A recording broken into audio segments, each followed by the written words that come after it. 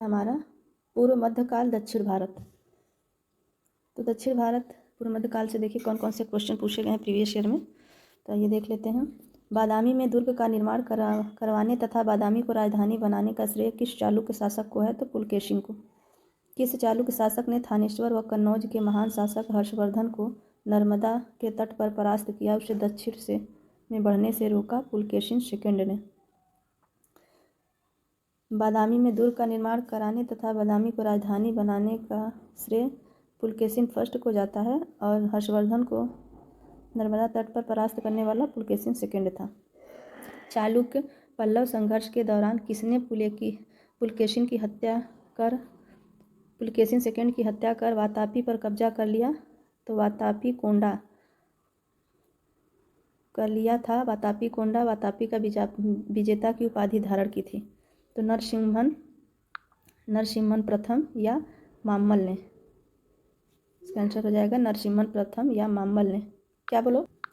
किस चालुक्य शासक ने चोल पांड्य को हराया, जिस कारण उसे तीनों समुद्रों बंगाल की खाड़ी, हिंद महासागर व अरब सागर का स्वामी कहा जाता है? तो देखिए विक्रमादित्य प्रथम को।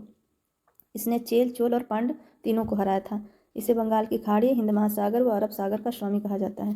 श्रीलंका पर विजय प्राप्त करने वाला चोल वंश का सबसे प्रतापी राजा कौन था? तो सबसे प्रतापी राजा राजेंद्र।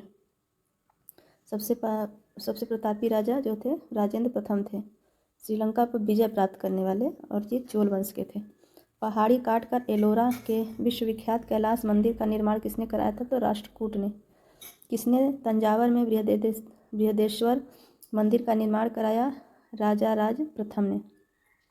यह क्वेश्चन काफ़ी बार पूछा जा चुका है। चालुक्य वंश का सर्वाधिक प्रसिद्ध शासक कौन था? तो पुलकेशिन सेकंड था। कौन सा शहर चोल राजाओं की राजधानी है? तंजौर। तंजौर जो है चोल राजाओं की राजधानी थी। अगला क्वेश्चन देखते हैं। पांड्य साम्राज्य की राजधानी कहाँ थी? तो पांड्य साम्राज्य की राजधानी मदुरै में थी। राष्ट्रकूट साम्राज्य का संस्थापक दंतीदुर्ग।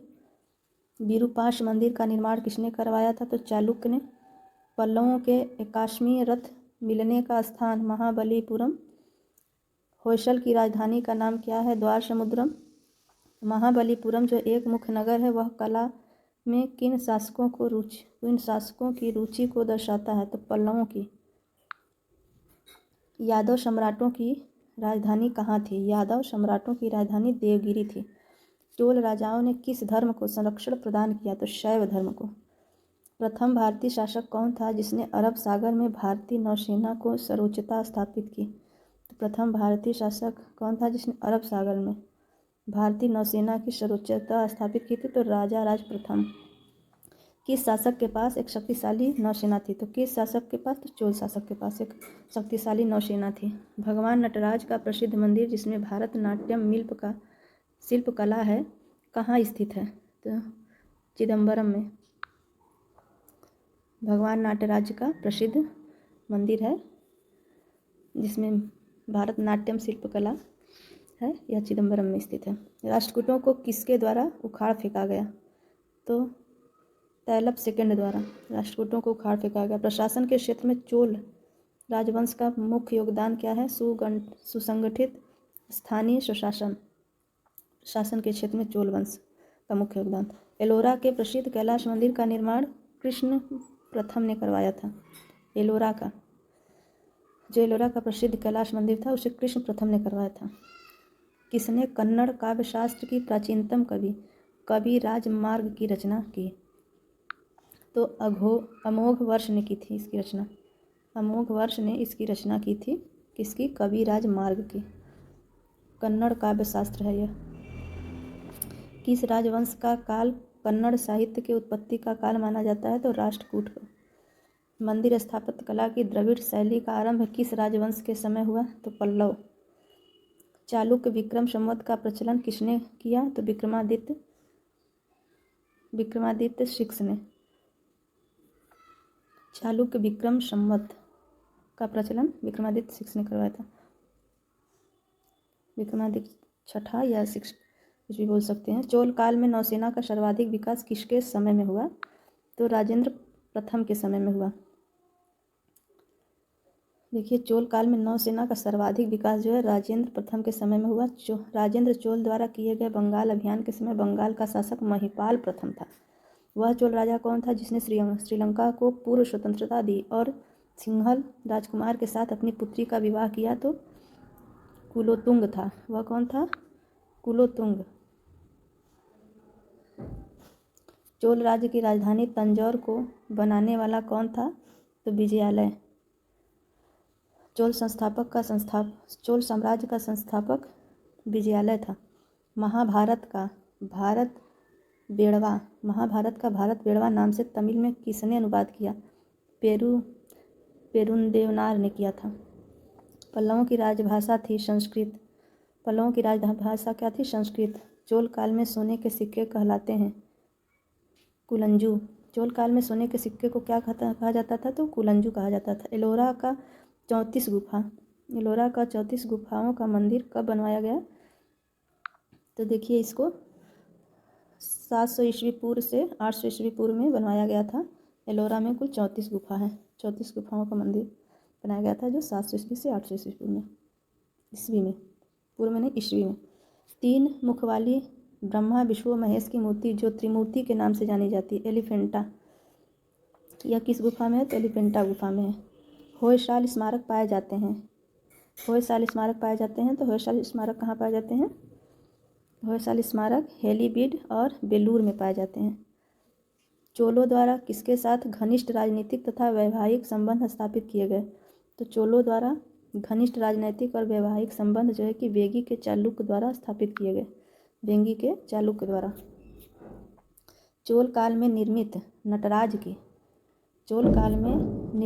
नटराज की कांस्य प्रतिमाओं में देवाकृति प्रायः चतुर्भुज है। कैसी है? चतुर्भुज है, 4 भुजाओं वाला। 12वीं सदी के राष्ट्रकूट वंश के 5 शिलालेख किस राज्य में मिलते हैं? तो कर्नाटक राज्य में मिलते हैं। दक्षिणी भारत का तक्कोलम का युद्ध हुआ था चोल एवं राष्ट्रकूटों के मध्य। एलोरा गुफाओं का निर्माण कराया था किसने? राष्ट्रकूटों ने एलोरा गुफाओं का निर्माण कराया था। द्रविड़ शैली के मंदिरों में गोपुरम से तात्पर्य क्या है? तोरण के ऊपर बने अलंकृत एवं बहुमंजिला भवन से। गोपुरम का तात्पर्य देखिए क्या है? तोरण के ऊपर बने अलंकृत एवं बहुमंजिला भवन से इसका तात्पर्य है। एलोरा में गुफाओं व शैलकृत मंदिरों का संबंध है केवल हिंदुओं, बौद्धों एवं जैनों से, मतलब हिंदू, बौद्ध और जैन तीनों से इसका संबंध है। ये क्वेश्चन कई बार पूछा गया है। चोल प्रशासन की विशेषता क्या थी? तो ग्राम प्रशासन की स्वायत्तता ही चोल प्रशासन की विशेषता थी। चोलों का राज्य किस क्षेत्र में फैला हुआ था? तो चोलों का राज्य कोरमंडल तट और दक्षिण के कुछ भाग लेते हुए फैला हुआ था। चोल शासकों के समय में बनी प्रतिमाओं में सबसे अधिक विख्यात जो है वो नटराज शिव की काष्ठ प्रतिमा है। चोल युग प्रसिद्ध था। चोल युग क्यों प्रसिद्ध था? ग्रामीण सभाओं के लिए प्रसिद्ध था। चोल युग ग्रामीण सभाओं के लिए प्रसिद्ध था। किस राष्ट्रकूट शासक ने रामेश्वरम में विजय स्तंभ एवं देवालय की स्थापना की?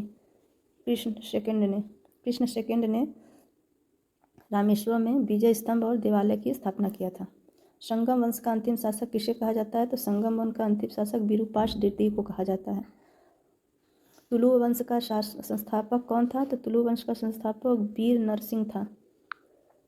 तुलु वंश का संस्थापक। तुलु शासक कृष्णदेव राय को किस कृति में सबसे शक्तिशाली राजा बताया गया है? तो बाबरनामा में। किस बादशाह को दक्कन का नीरो कहा जाता है? तो हुमायूं शाह को दक्कन का नीरो कहा जाता है। आयंगर व्यवस्था किस प्रशासन से जुड़ी है? तो ग्रामीण प्रशासन से जुड़ी है आयंगर व्यवस्था। चांद बीबी किसकी पुत्री थी? हुसैन निजाम शाह की। चांद बीबी का विवाह किसके साथ हुआ? तो अली आदिल शाह के साथ। गोलकुंडा राज्य की स्थापना किसने की थी? तो कुली कुतुब शाह ने किया था गोलकुंडा राज्य की स्थापना। मालवा स्थित बाज बहादुर तथा रानी रूपमती का महल किसने बनवाया था? तो नसीरुद्दीन शाह ने बनवाया था। सोनार की बेटी का युद्ध किनके बीच हुए युद्ध को कहा जाता है? फिरोज शाह और देवराय के बीच जो युद्ध हुआ था उसे सोनार की बेटी युद्ध नाम से जाना जाता है।